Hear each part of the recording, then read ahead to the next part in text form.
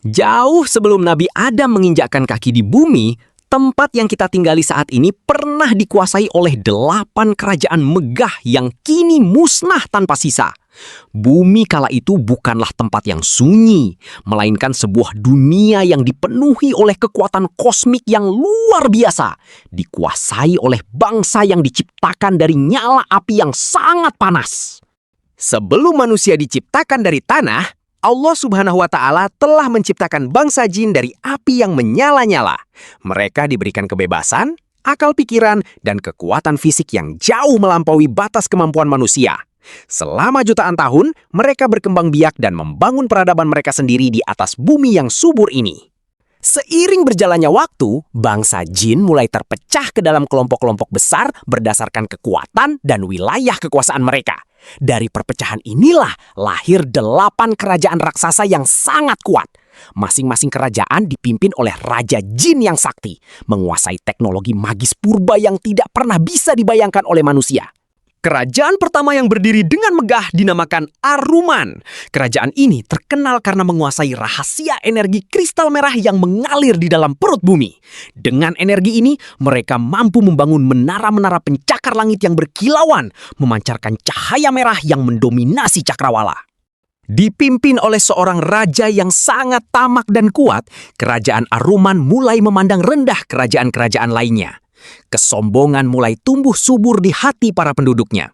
Mereka menganggap diri mereka sebagai penguasa mutlak bumi yang tidak akan pernah terkalahkan oleh kekuatan apapun di alam semesta. Di belahan bumi yang lain berdiri musuh bebuyutan mereka, Kerajaan Al-Jashum. Kerajaan kedua ini menguasai elemen bumi dan api vulkanik. Mereka membangun benteng-benteng raksasa dari batu hitam yang tidak bisa ditembus oleh serangan sihir apapun, menjadikan wilayah mereka sebagai zona militer yang sangat menakutkan. Perebutan batas wilayah kekuasaan dan sumber energi alam purba segera memicu ketegangan antara Ar-Ruman dan Al-Jashum. Diplomasi tidak lagi dihiraukan. Keserakahan untuk menguasai seluruh bumi membuat para raja jin mulai mempersiapkan pasukan perang mereka, mengabaikan kedamaian yang telah terjaga selama ribuan tahun. Sementara perang mulai berkecamuk di permukaan, kerajaan ketiga bernama Al-Khanas memilih untuk membangun peradaban di kedalaman perut bumi. Mereka adalah bangsa jin yang ahli dalam menyusup dan memanipulasi pikiran.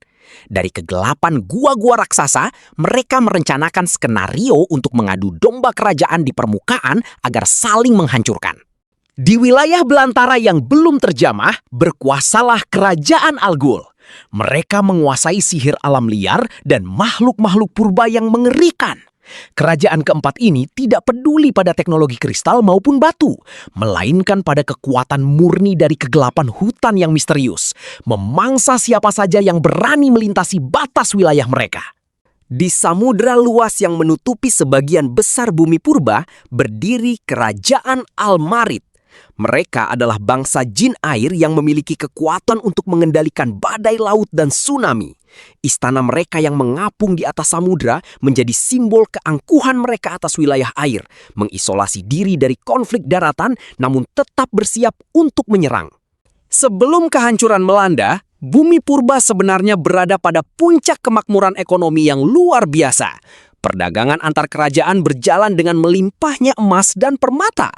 Namun, kemakmuran material ini tidak membawa rasa syukur, melainkan melahirkan sifat kikir, egoisme, dan kesombongan yang semakin mendalam di hati bangsa jin. Di wilayah kutub bumi purba yang membeku, berdiri Kerajaan Azalan. Kerajaan keenam ini terkenal dengan sihir es hitam dan bayangan.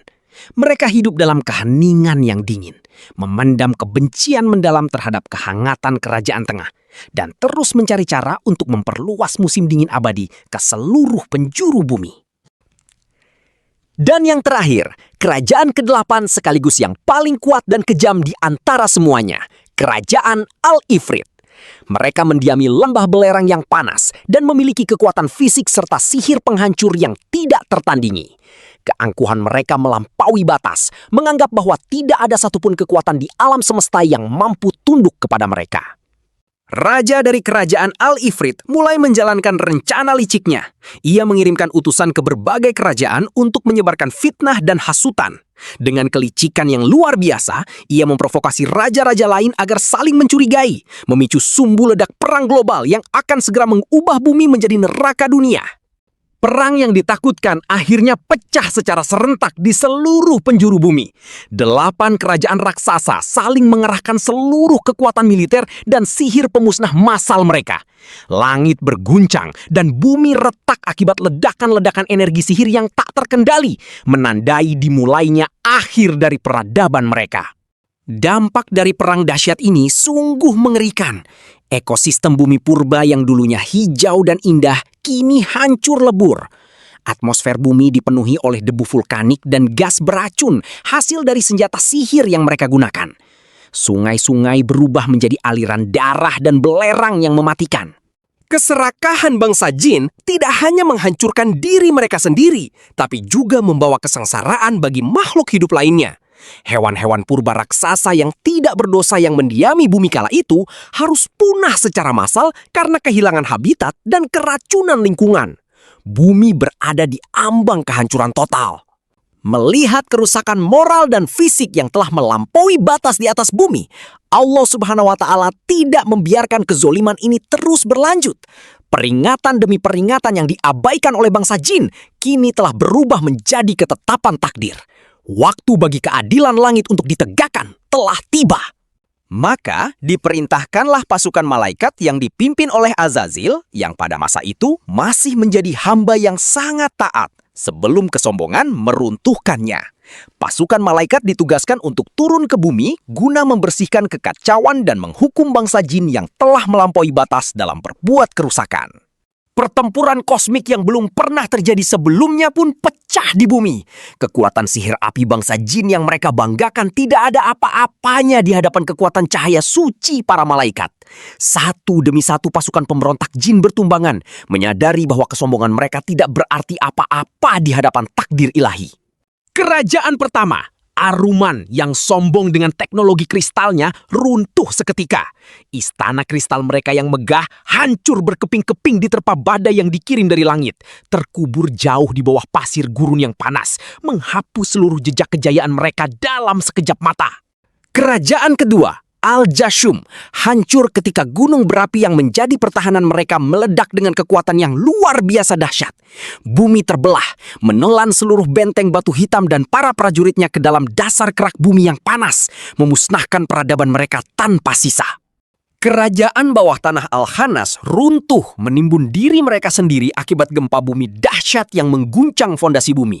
Di saat yang sama, hutan purba Al-Ghul terbakar habis oleh api suci yang membersihkan kabut sihir ungu mereka, menyapu bersih seluruh kekuatan kegelapan yang mereka banggakan. Kerajaan Samudra Al-Marid tidak luput dari kehancuran. Badai tsunami yang jauh lebih besar dari kekuatan sihir mereka menggulung istana terapung mereka, menenggelamkannya ke dasar palung samudra terdalam. Penguasa lautan itu kini binasa di dalam elemen yang dulu mereka klaim sebagai milik mereka sendiri. Kerajaan langit Al-Hafid kehilangan daya gravitasinya dan jatuh menghantam daratan es hitam Azalan. Tabrakan dahsyat antara dua kerajaan raksasa ini menghasilkan ledakan yang memusnahkan kedua peradaban tersebut dalam hitungan detik, menyisakan puing-puing perak yang membeku di bawah salju abadi.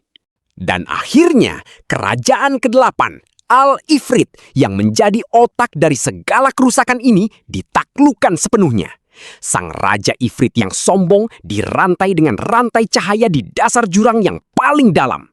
Sisa-sisa bangsa jin yang selamat melarikan diri ke pulau-pulau terpencil dan gua-gua gelap, kehilangan seluruh kekuasaan mereka atas bumi.